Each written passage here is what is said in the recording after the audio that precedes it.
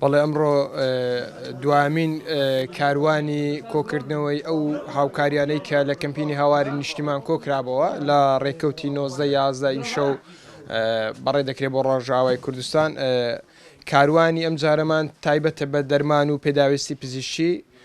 خۆشبەختانە ئەم دەرمان و پێداویستانێک کە کۆکراوەتەوە سێ دکتۆری بەڕێز، کاک دکتۆر سەهل و کاک دکتۆر دڵدار و کاک دکتۆر مستەفا کە دکتۆر مستەفا خۆی خەڵکی ڕۆژئاوای کوردستانە سەرپەرشتی کۆکردنەوەی ئەو دەرمانانەیان کردووە کە لە ڕێگەی کەمپینی هاواری نیشتیمانەوە کۆگاکانی دەرمان بە خۆشبەختیەوە بە خۆشحاڵیەوە با بڵێن ئەو هاوکاریانیان گەیاندە دەستی کەمپینی هاواری نیشتیمان.